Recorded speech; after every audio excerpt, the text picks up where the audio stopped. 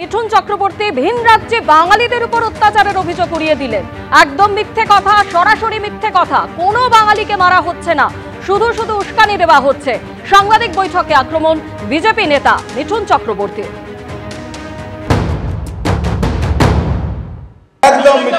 একদম মিথ্যে কথা, সরাসরি মিথ্যে কথা। কোন বাঙালিদের মারা হচ্ছে সেটা বলুন। বাঙালিদের মারা হচ্ছে, কোন বাঙালিদের মারা হচ্ছে? তালিকারি সমকাজ মানে ঝগড়া লাগিয়ে, উস্কানি লাগিয়ে ব্যাস ভোটটা কোনো পার হয়ে গিয়ে দিও।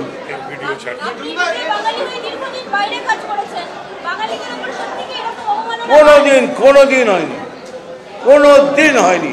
আমার সাথে ক্যারিয়ার ওয়াইজ প্রবলেম হতে পারে, যে আমি বড় স্টার হয়ে গেছি, আমাকে নামানো, সেটা অন্য ব্যাপার। কিন্তু বাঙালি হয়ে আমাকে কেউ এরকমভাবে করে। পাল্টা জবাব দিয়েছে তৃণমূল কংগ্রেস।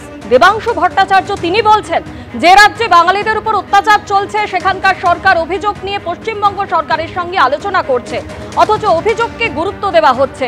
সেখানে মিঠুনবাবু চোখ বুজে আছেন, এমনই কটাক্ষ করেছেন দেবাংশু ভট্টাচার্য।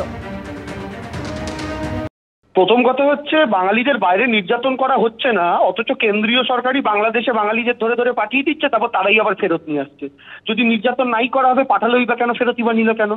যে মতুয়াদেরকে দিনের পর দিন অ্যারেস্ট করে রাখা হয়েছিল, শান্তনু ঠাকুরের কার্ড দেখানোর পরও তাদের মুক্তি দেওয়া হয়নি, সেটা কি নির্যাতন বলে না? যে উড়িষ্যাতে দিনরাত বাঙালি দেখলে পেটানো হচ্ছে, যেগুলো সেখানকার গভর্নমেন্টও অ্যাডমিট করছে, সেগুলো তাহলে কি অত্যাচার নয়? রাজ্য সরকারগুলো অ্যাডমিট করছে, করে আমাদের রাজ্যের সঙ্গে তাদের আলোচনা চলছে, আর মিঠুনবাবু চোখ বন্ধ করে রেখে দিয়েছেন। উনি আবার এটাও বলছেন উনি বাঙালি, বাকিরা বাংলার পাতি নন। আরে উনি বাঙালি, বুঝতে পারলাম তো, উনি বাঙালি বলে একসময় আমাদের গর্ব ছিল, কিন্তু বাংলার জন্য করেছেনটা কি বলুন তো? কদিন বাংলায় থাকেন বছরে? মুম্বাইতে পড়ে থাকেন, ভোট যখনই আসে তখনই বিজেপির মঞ্চে আপনাকে দেখা যায়, আবার প্লেন ধরে মুম্বাই চলে যান। আপনি আর বাংলার লোক নেই, শুধু ভোটের সময় ভোটের মাটান খেতে এলে তাকে আর যাই হোক বাঙালি বলতে পারবো না। ভোটার তালিকা সংশোধন হলে তৃণমূল 70টা আসনও পাবে না, দাবি মিঠুন চক্রবর্তী।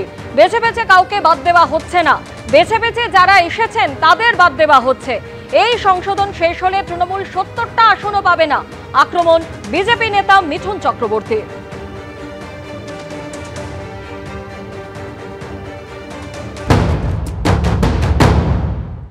বেছে বেছে নাম বার করবে কেন?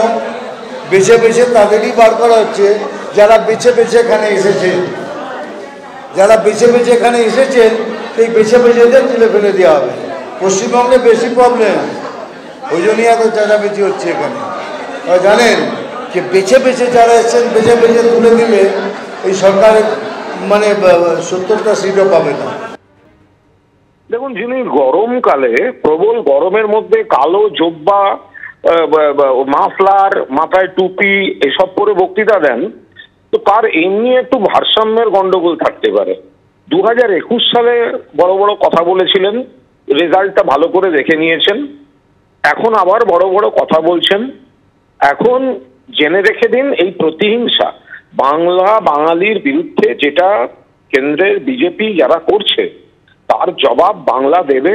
আপনারা যা ইচ্ছা করুন, তাতেও 250-র বেশি সিট নিয়ে মুখ্যমন্ত্রী হবেন মমতা বন্দ্যোপাধ্যায় চতুর্থবারের জন্য। আর মিঠুন চক্রবর্তী 21 সালে উনি যা করেছেন, বড় বড় কথা বলা, একটা আস্ত বিশ্বাসঘাতক গদ্দার, যে মমতা বন্দ্যোপাধ্যায়কে বলেছিল রাজ্যসভায় মমতাদি পাঠাবার পর, যতদিন বাঁচবো আমার বোনের প্রতি কৃতজ্ঞতা থাকবে, বিভিন্ন মামলায় জড়িয়ে মোদির পায়ে ধরে বাঁচতে গেছে। তো সেই গদ্দার আর এই গরমকালে গরম জামা কাপড় পরে যে পাগলের মতো বক্তৃতা দেয়, তার কোনো রাজনৈতিক গুরুত্ব, রাজনৈতিক কোনো ইম্প্যাক্ট নেই।